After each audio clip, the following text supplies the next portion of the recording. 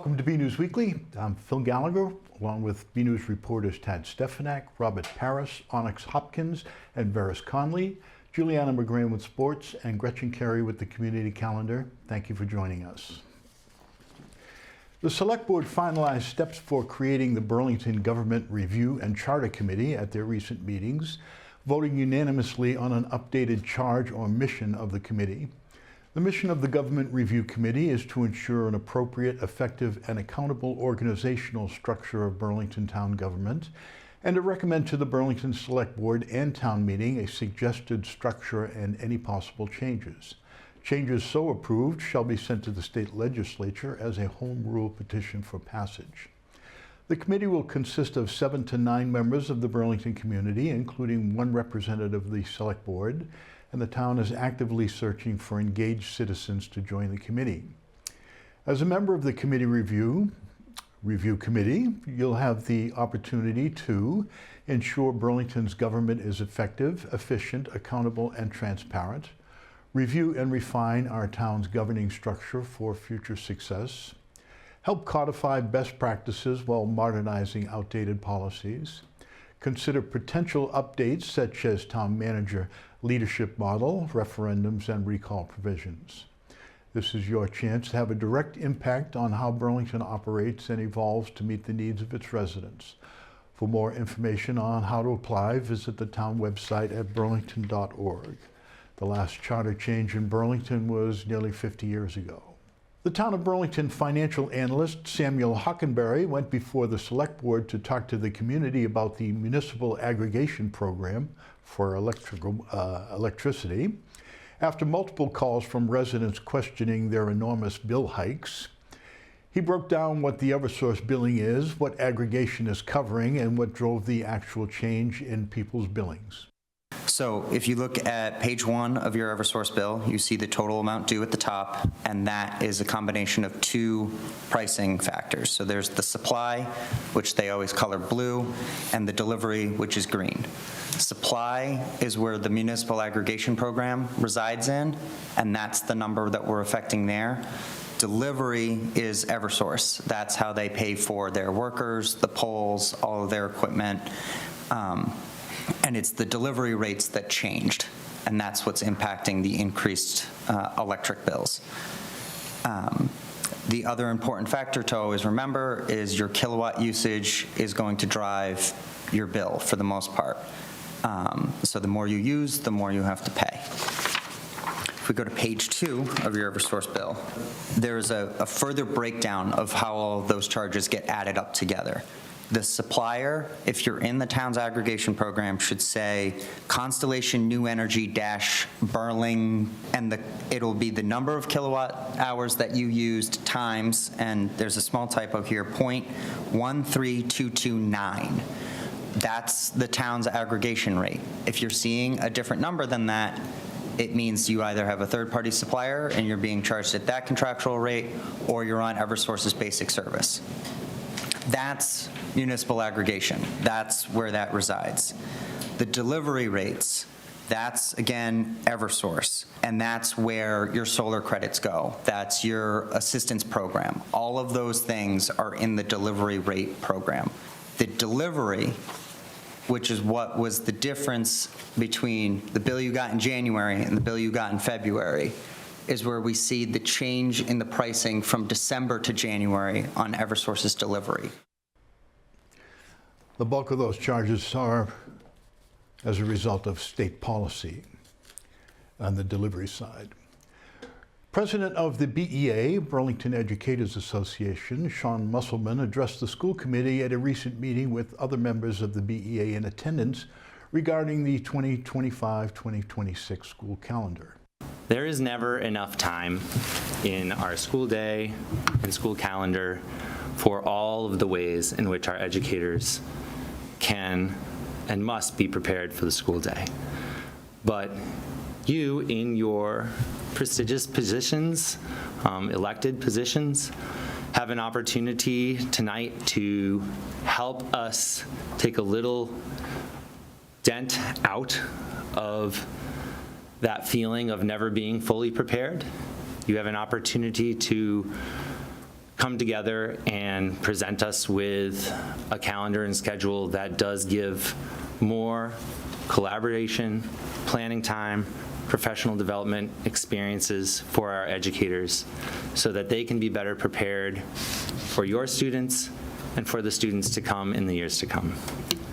So thank you for your time, and I look forward with earnest to a proposal from the school committee. Also at the meeting, BPS Director of Operations Bob Kuna provided an update on where the Marshall Simons Field renovation project currently stands. Kuna shared a rendering of the new fields, which include turfing, handicap-accessible walkway and parking spaces, LED lighting, and nature seating with a paved road. The committee voted to approve the project as presented, pending any changes by the Conservation Commission. There's a lot of wetlands down there. The next step would be to send the project out to bid to potential contractors. Town Clerk Amy Warfield has shared her Burlington Election 1, 2, 3 quick vote guide for residents. The first way you can vote is by mail. The second way is early in-person voting, which is currently being held at the town clerk's office during regular business hours until April 3rd. And finally, you can come on Election Day, April 5th, to the Burlington High School and vote in person. The COA recently held their candidates afternoon. 2 of the 3 candidates in the race for planning board were in attendance, and each stated their position on the non-binding referendum to lift the prohibition of cannabis sales in town. Current Select Board Vice Chair and candidate for re-election Micah Speo also clarified the purpose of the referendum. We don't really need it. The real question is, why would we object to somebody that wants to put the time and the effort into running one? I'm not going to go out and try to start one tomorrow, but if somebody comes in with a good plan on how to make it all work, we need to pay attention to it to see if it is going to work. Because if we can do it the right way, it can certainly generate additional revenue for the town. I don't think we should zone somebody's property for a use that they don't want. I agree that if it were to be here in town, it should be a location not next to an existing business that doesn't want it next to them. On the ballot this April is a non-binding referendum asking the town, what are your thoughts on this exact question? Do you want cannabis sold in town or not? And it's very important that if you feel strongly about it, to let your friends know and tell them that it is on the ballot, and that'll be a barometer for town meeting to follow, I believe, and us elected officials to see how the town really feels about it. You'll have another opportunity to meet the candidates this weekend at the Grandview Farm. The Indian Americans of Burlington, or IBA, are hosting a meet and greet with town candidates this Saturday, March 22nd from 4 to 8. We'll have a recap of that event for you next week. Albert J. Kelly, a dedicated police officer, public servant, and devoted family man, passed away peacefully on Friday, March 14th at the age of 92. Bert's life was a shining example of devotion to his country, community, and family. He grew up in Burlington, a small rural farming community at the time, and was a proud member of the Burlington High School class of 1950, which numbered just 30 students. A gifted athlete, Bert excelled in football, basketball, and baseball, earning a place in the Burlington High School Athletic Hall of Fame in 2003. After high school, he pursued his dream of playing professional baseball by trying out for the St. Louis Cardinals and the Brooklyn Dodgers major league teams. However, the Korean War intervened, and Bert bravely answered the call to serve his country by enlisting in the U.S. Navy. Upon his discharge in 1954, he was awarded the National Defense Service Medal for his service. Bert's commitment to his community was unwavering. He served in the Burlington Police Department from 1955 to 1967, earning numerous commendations for meritorious service. His sense of duty continued as he served 2 terms as a selectman in the 1980s, playing a pivotal role in bringing both Lahey Clinic and the Marriott to Burlington, helping to shape the town into the vibrant community it is today. Bert Kelly's life was one of service, first to his country, then to his community, and always to his family. His memory will live on in the hearts of those who loved him, and his impact will be felt for generations to come. His full obituary can be found at the Sullivan Funeral Home website. Chief Andrew Conity is pleased to share that Burlington firefighter EMTs Sean Daly and Ryan Loftus successfully completed and graduated from the Massachusetts Firefighter Academy earlier this month. Firefighters Daly and Loftus are valuable additions to our department, said Conity. I'm proud that the two of them represented Burlington with pride in the academy, and we cannot wait to see how they thrive in their new careers. Okay. On March 14th, the Temple Shalom Emeth celebrated Purim. Ferris Conley was there for the fun and why Purim is so important to the Jewish community. In the palace, everyone can see as the joy you and me. On March 14th, the Temple Shalom Emeth put together a celebration of the Jewish holiday Purim, but told with a special twist, using a contemporary story that you just might recognize. So Purim is the holiday based on the reading of the book of Esther, which is a biblical book. And it's a story about how Queen Esther and her cousin Mordecai saved the Jewish people from destruction because of the evil man named Haman wanted to take power away from the king in Persia named Ahasuerus and destroy the Jews for not bowing down to Haman like he asked them to. So the theme this year is called Inside Out, based on the movie Inside Out 2. The movie's about a girl named Riley who has all these emotions fighting with each other in her brain. I watched that movie actually on a plane, and I thought this could be really cool because each character in the Purim story could be a different emotion.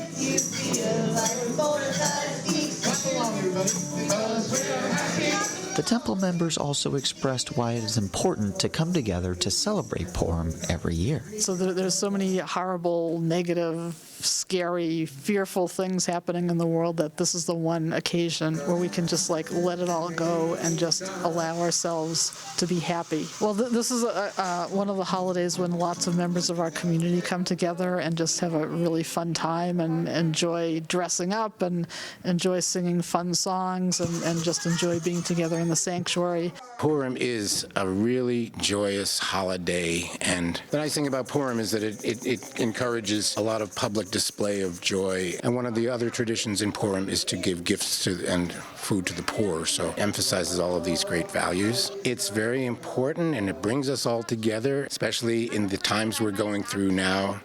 It's important that we share in our pride in who we are as Jews. This has been Ferris Conley from BNEWS.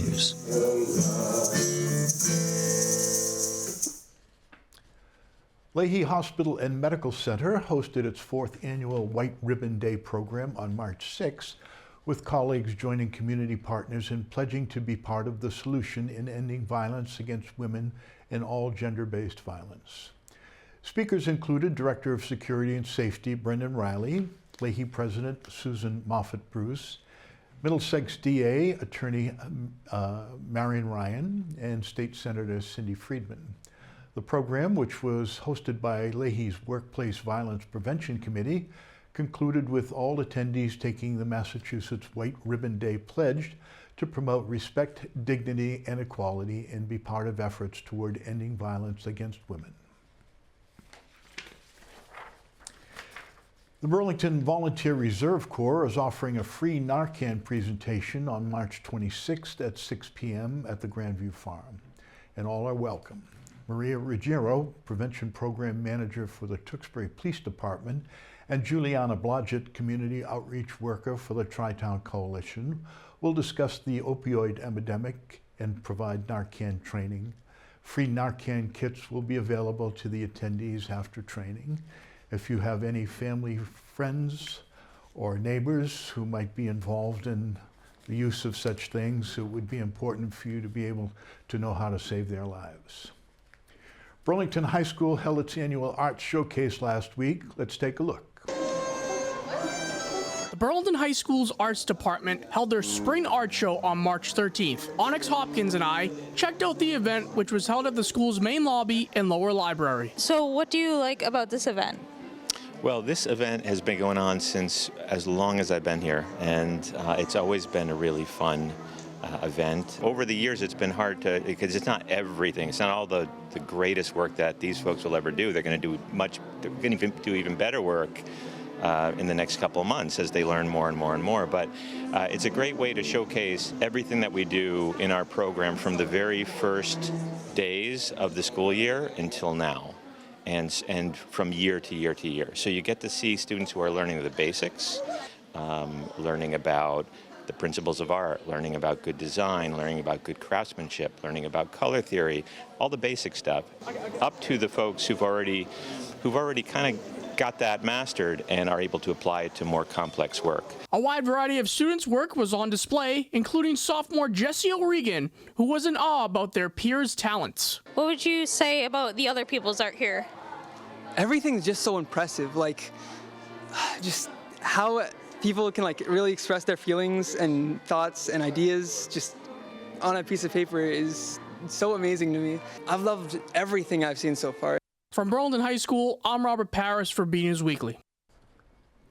The BHS DECA Club had an impressive year. They won several awards at the state competition and earned a trip to Orlando to the international conference. Tad Stefanak has the story. Burlington High School DECA. The Burlington High School DECA Club has once again made a great showing at the Massachusetts statewide competition and moving on to the international conference in Orlando. So I did SBE, which is school-based enterprise. So we have a school store and we have a food operations and a retail operations. So I did the retail operations portion of that. So we competed a presentation on a 30-page paper that we wrote. We got second place overall out of about 30 teams. So we qualified for the international competition. I did great. I competed in the stock market game at States and I got first place. Participants get $100,000 in simulated money, and it's to see who can average the highest return against the S&P. Also at States, you do a presentation, so it's kind of a combination of those two. So I'll be moving on to internationals in Florida. So competition-wise, I competed in sports and entertainment marketing role play. I placed 11th overall out of about 40, 50 teams, so I did pretty well. From Burlington, Ryan Watt. States this year, I campaigned for state office, and it's pretty much a leadership role in Massachusetts DECA. I oversee the whole thing. I organize the conferences from now on. Just try to innovate it as much as possible. I competed in an individual series event, automotive service marketing, and I placed second in my category. So I get to move on to ICDC in Orlando. Super exciting. For us, it's like a role play. So we pick our category. Mine was principles of entrepreneurship, and we create like a little speech, and we go in front of the judge, and we present ourselves for 10 minutes about like a specific topic related to business. I got first at districts and second at states. I was in a principles category as well. I was in principles of finance. So like Kanika said, it's you get 10 minutes to prep for a situation, and then you give a 10-minute presentation to a judge. And then at districts, I got second place, and at states, I got fifth. 25 Spirit Award recipient, Burlington High School DECA. Yeah, so we actually won the Spirit Award, so only one chapter gets this at the whole competition out of like hundreds of chapters, and this just shows that we had good work ethic, we were enthusiastic, we had a bunch of spirit at the competition, and also like went to all the workshops, followed directions well, so it's a great honor. Let's hear it for the DECA Spirit Award winner, Burlington High School. DECA as a whole has just given me so much, and I'm so grateful for the opportunities that I've been presented with. I think it's a great club to join, and it gives you good confidence and good speaking skills. Super great program, lots of amazing experiences, and just teaches everybody some really great life skills to have with communication. It has changed my life, honestly. I've met all my friends throughout it. I've gone on amazing trips. I've had the best experience, so I encourage anyone in 8th grade to join next year. It just makes you a much better speaker, and it sets you up for your personal and professional future. Stock tips, do your research. Do your research. Best of luck to these future entrepreneurs at DECA's International Career Development Conference in Orlando this April. I'm BNews reporter Tad Stefanak. Congratulations to a wonderful performance by the DECA Club. Up next is Juliana McGrain, who has sports with the Red Devil Shoutout and a look at the spring season after community calendar with Gretchen Carey. Hey everyone, I'm Gretchen Carey, and this is your community calendar.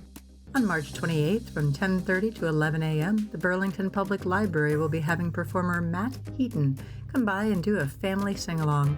Everyone is welcome, and the event is free. On March 29th and April 5th, the Windermere Family Theater is performing Snow White and the Seven Dwarfs.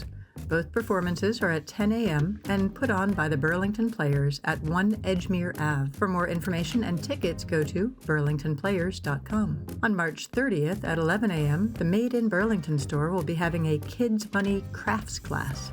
For more information, go to the following website. For more community calendar events, go to bcattv.org, burlingtonpubliclibrary.org, and burlingtonrecreation.org. I'm Gretchen Carey, and that was your community calendar. Hey everyone, I'm Julianne McGrain, and this is your weekly sports report. Senior Caitlin Tremblay was the 2025 MIAA Sportsmanship Award recipient. The award exemplifies a commitment to sportsmanship, teamwork, and dedication for hockey athletes both on and off the ice. Congratulations, Caitlin. Senior and goalie Camden Shanahan will compete in the Massachusetts State Hockey Coaches Association North All-Star Game on March 23rd. Congratulations, Camden. We'll update you next week on how he did. Junior Ryan Brooks competed in the New Balance Nationals on March 14th. For his performance, he deserved a Red Devil Shoutout. We're here at Varsity Field for a Red Devil Shoutout. Junior Ryan Brooks is one of the few athletes who can say they have competed at the New Balance Indoor Nationals. Being only 16 kids in the country that are allowed to compete there, being one of them is pretty awesome.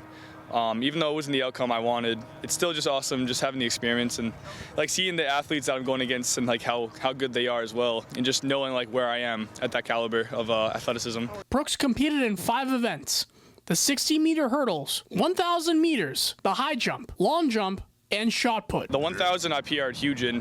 I got a 10-second PR, which helped my score a lot.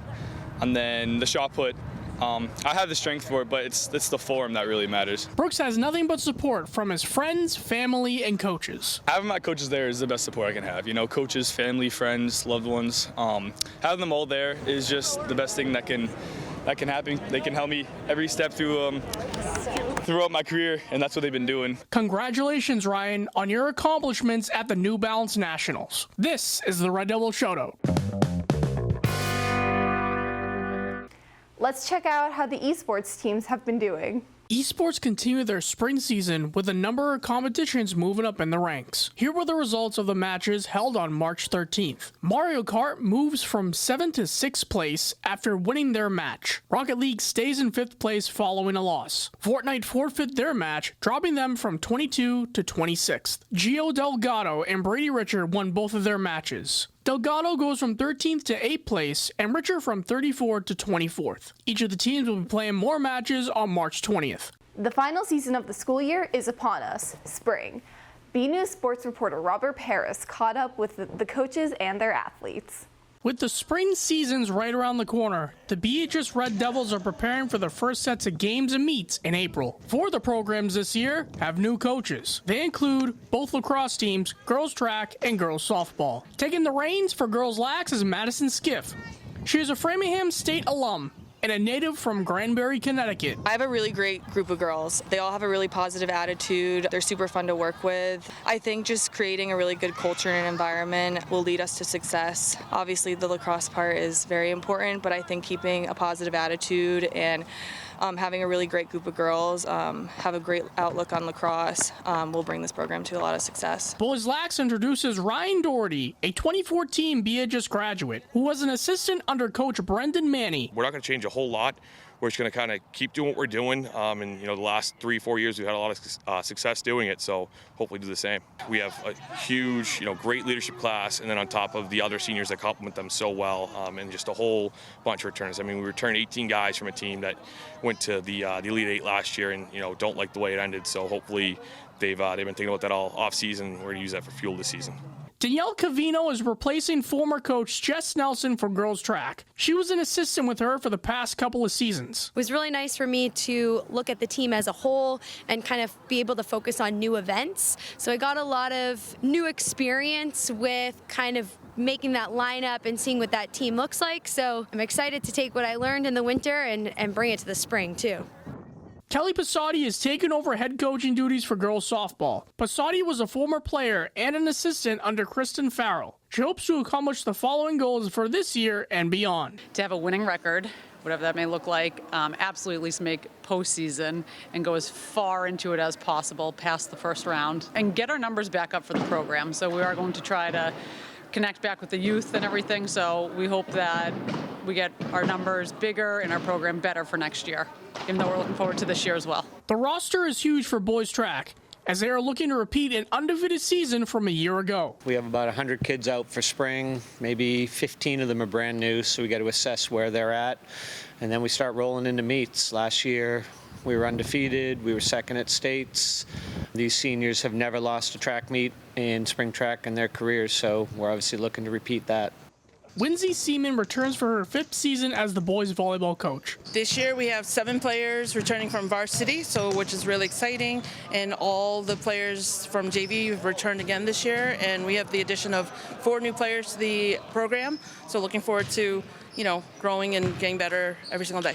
With his 2nd year underway, head coach of boys baseball Chris Passotti is rallying up his young team, who a year ago competed in the playoffs. By them stepping up halfway through the year, we kind of struggled, finally found our footing, and everyone kind of found their place with the team. So that first win will be huge for these guys. So the people that are going to step up, we have Nolan Berkeley, who's a senior. He's going to Fitchburg State next year. And we have Daniel Crossman. He's going to be one of our studs this year. Down at Rohannes, Tony Moschetto starts his 6th year as the girls' tennis coach. We have 7 returning varsity players. They're all experienced. Many of them, at least 5 of them, have been league all-stars in the past, and the other 2 have varsity wins. So it really is going to make a big difference for us this year to have that experience. And then we have there's a couple of freshmen that have played that we're going to add to the team. So we should. So we're looking good as far as where we are in our division. Boys tennis coach Scott Barrett begins his 7th. Luckily, we have a great returning senior class this year. We got captains Soham Shah, Captain Rohan Parikh, and Kersoni. Other seniors, we have Abhay Jumat, Sanjeev Krishnan will be filling those roles. So we lost a lot of guys, but we're returning some guys. So it should be a good year, because we do have some new players as well. We got about, I believe, 12 new players this year, which is a lot per year. So mixture of grades, but it's really good for the future. Develop new players. We have a lot of new guys who are really excited to get going and learn. I'm Robert Paris for BNEWS Sports. For more Red Devil action, check out our sports section at bcattv.org/sports and follow us on X at BNews Sports. That's all for this week. I am Juliana McGrain. Back to you guys in the studio. Our photo of the week was sent in by photographer Joe Brown. It features the crescent moon and Venus with a little earth shine, set above the tower of the 1879 Woburn Public Library on February 1st. The library was designed by H.H. Richardson as his first library and is a National Historic Landmark. We'd like to see your photos. The photos could be of something you see around town, the weather outside your own door, or even photos of your family, friends, and pets. Whatever you think is interesting and would like to share, send them to bcat@bcattv.org with the subject line Photo of the Week. And that's it from the news desk here at BNews Weekly. Thank you for joining us, and we'll see you again next week.